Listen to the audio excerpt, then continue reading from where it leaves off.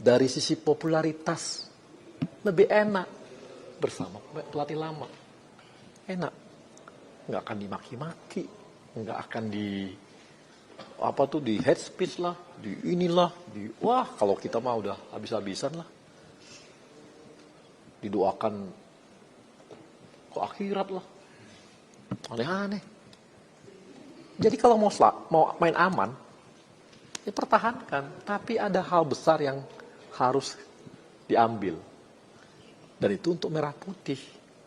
Itu satu. Yang kedua, ya begini-begini kita kan tahu ya bahwa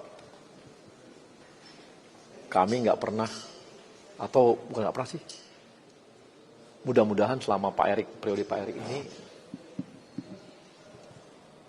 semua langkah-langkah belum ada yang negatif. Mau di Liga, perbaikannya, usia muda, U17 kita masuk, AFC, U19 kita masuk AFC ke U20, U23 kita, senior, perempuan kita, artinya kan semua berproses nih. Ya, langkah-langkahnya bagus. Jadi kali ini tolong dipercaya aja, langkah kami ini bukan langkah, memang berat, tapi yang tadi itu, kalau mau popularitas gampang, kalau mau cari aman gampang, tapi ada hal besar yang harus kami kerjakan. Dan gak ada untungnya, apa untungnya coba? Untungnya cuma satu, untuk merah putih. Gak ada yang lain gitu. Dan itu, kemudian, nah ini kita kebetulan ketum kita ini kan, dia ini mengelola klub Eropa. Pernah bahkan mengelola klub Eropa besar yang di Serie A. Pemain-pemain diaspora kita itu cara berpikirnya kan cara berpikir Eropa. Melihat tim pun secara Eropa. Ya. Jadi agak beda memang dengan cara kita lah ya, yang selalu berpikir head coach gitu. Beda ini. Coba lihat. Kenapa di Eropa itu disebut misalnya pelatih itu manajer? Kenapa bisa disebut, ada ternyata pelatih technicalnya? Itu di Eropa terjadi. Jadi harus ada leadership di sana. Maka dicarilah pelatih yang punya leadership, yang pemain diaspora kita itu sangat hormat. Sangat hormat. Sehingga apa yang akan dia sebutkan itu akan diikuti oleh pemain-pemain diaspora kita. Dan pemain diaspora kita makin lama levelnya makin tinggi. Mereka itu butuh pelatih yang mereka dengarkan. Ya itu konsekuensi kita pengambil pemain diaspora. Yang makin lama level makin tinggi. Bukan lagi yang standar, makin lama makin tinggi nih. Jadi butuh yang namanya pemimpin, pelatih. Nah, didampingi oleh asisten pelatih yang kuat secara teknikal. Ini pun sudah dicari oleh Pak Erik. Soal nanti, ada kelemahannya. Nggak ada pelatih di dunia ini. Nggak ada pelatih di dunia ini yang nggak punya kelemahan. Ada aja kelemahannya, tapi dicari yang mumpuni. Pelatih tekniknya mumpuni. Ada dua itu. Jadi kombinasi inilah. Jadi Pak Erik ini membentuk yang namanya tim kepelatihan. Yang punya leadership, tapi ada juga yang punya kemampuan teknik. Nah, ini yang gaya Eropa ya begini. Akan beda kalau kita lihat cara di Indonesia. Yang selama ini dianggap head coach-nya itu ya udah seperti itu aja. Ini enggak, ini lengkap. Ini akan ada lengkap. Mudah-mudahan nanti coba dengar aja.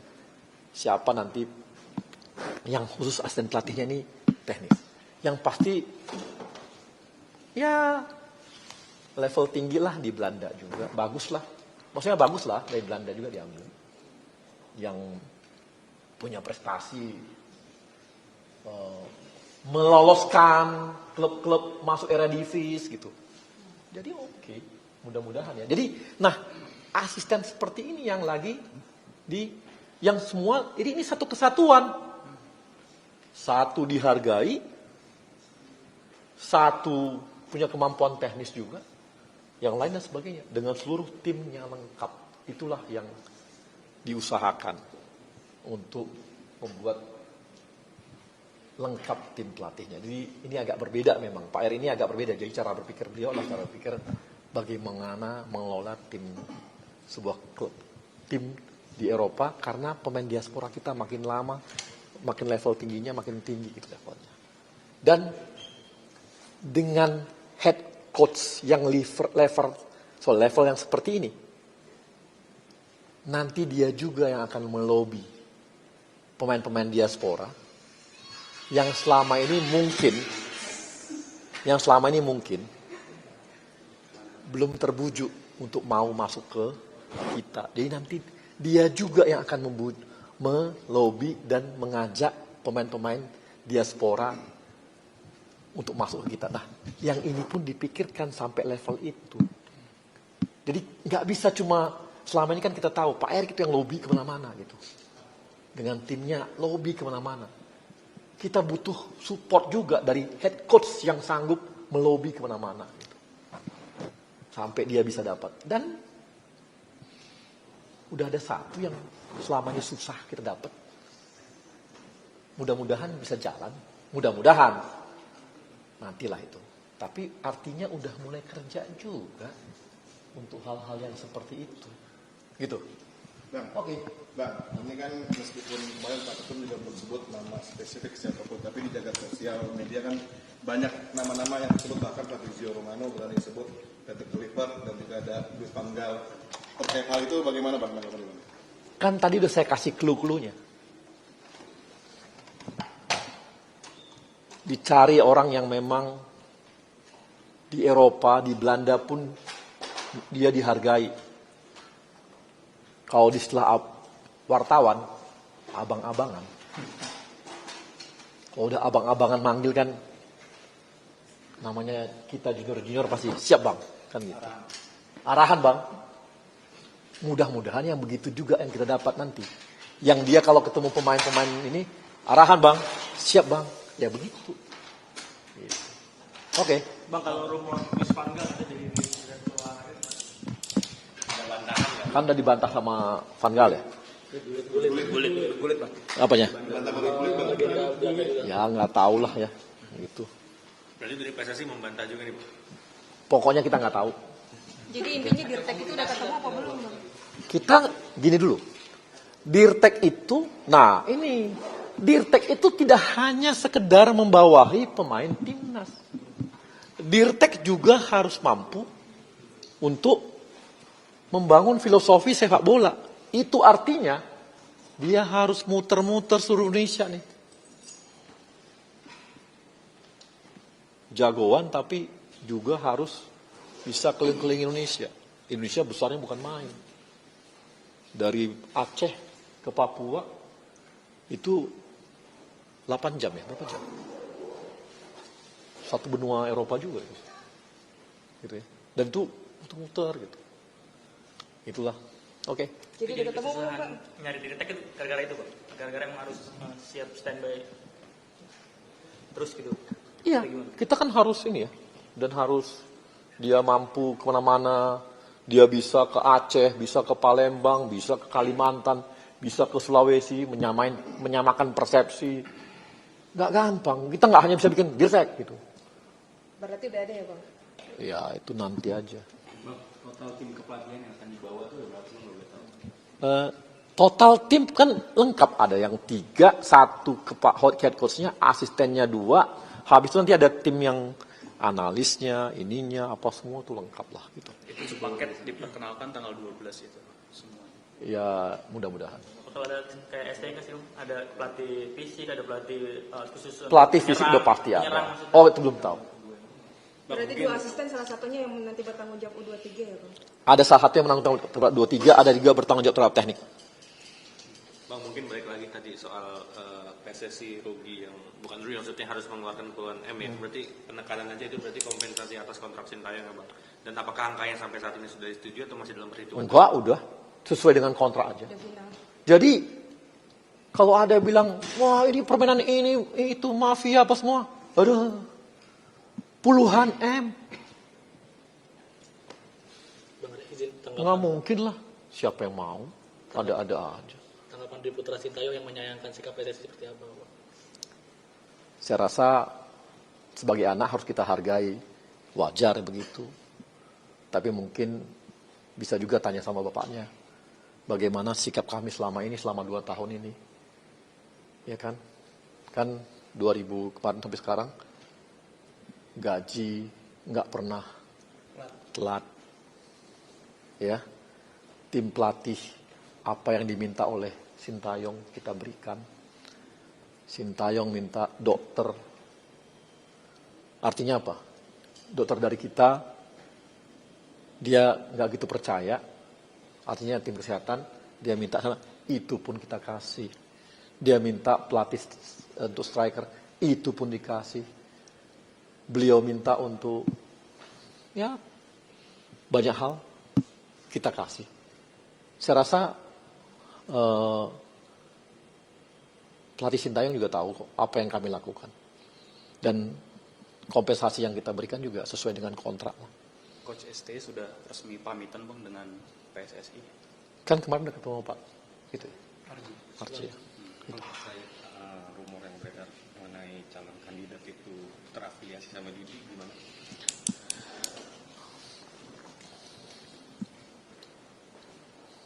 Kandidat, saya juga belum tahu kan kandidat yang mana. Gitu. Ya, kita nggak tahu kandidat yang mana gitu ya.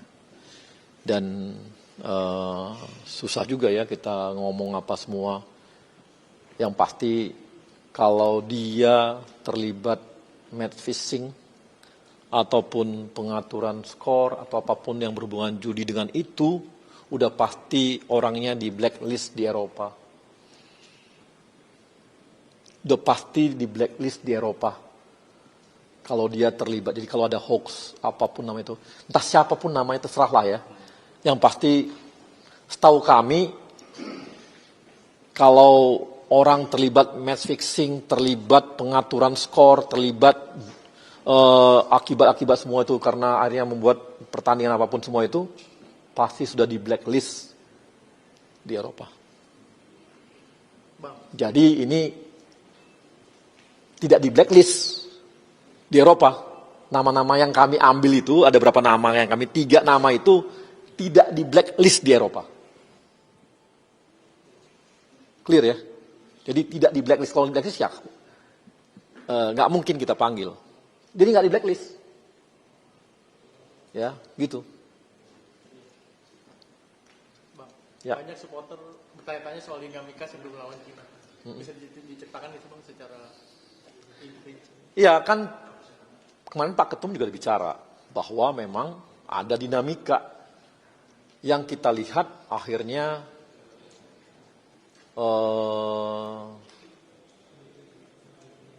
memang keharmonisan itu yang berat. Nah itu yang membuat susah untuk diteruskan. Sehingga apalagi ke depan kita akan nambah pemain terus. Jadi makin berat. Dan itu yang membuat kita mengambil resiko tadi. Resiko disalahkan kalau nggak lolos. Resiko finansial. Resiko dimaki-maki orang. Itu semua diambil. Ya, dan permen apa yang bisa dimakan? Banyak rugi juga kita. Bukan rugi sih, ya itu rugi juga lah. Tapi harus diambil kerugian itu supaya ini bisa menyelamatkan tim ini semua. Bang, kalau makanya dari China gitu, kenapa Sintayong masih dipercaya untuk FF? Loh kan kemarin kan kita udah lihat.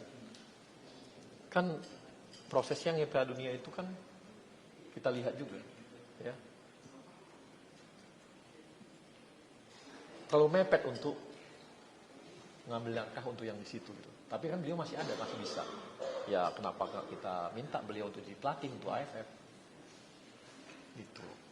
Berarti AFF itu bukan penghakiman dari Enggak lah. Masa kita menghakimi dari bagian dari evaluasi, iya, tapi bukan menghakimi. Yang besaran dari sini lah. Besaran dari situ. Loh, coba aja cek. Kayak saya kan misalnya ngomong gitu ya. Kan mulai dari ketika setelah kalah lawan Cina. Ya kan? Bukan pada saat AFF loh. Bukan pada saat AFF kita mulai ngomong, enggak. Pada saat lawan Cina, saya udah ngomong. Coba aja cari di mana-mana. Itu udah sebenarnya adalah ini gitu, warning-warning yang ini gitu. Gitu. Bang, mungkin terkait fasilitas nanti yang akan dikasih buat pelatih baru, apakah ada perbedaan dengan Sintayong atau gimana? Tentunya setiap ada yang namanya standar. Kalau standar kita penuhi. Kalau yang di luar standar itu akan dibicarakan. Tapi ya inilah yang standar kan yang itu yang penting ya. Hal-hal lain kan bisa ya ada masing-masing ada punya keunikan. Sintayong juga punya keunikan. Sebelumnya juga punya keunikan masing-masing. Pasti ada aja yang khusus untuk masing-masing orang. Tapi yang pasti yang standar ya kita pasti penuhi. Gitu. nilai kontraknya lebih gede dari 9 atau Kontrak. Kan nilai kontraknya Sintayong itu nggak sendiri. Sepaket. Gitu ya. Yang pasti kita cari yang terbaik. Gitu. Oke. Terima kasih banyak, Bang. Bang, janjian Bang. Siapa? Enggak ada.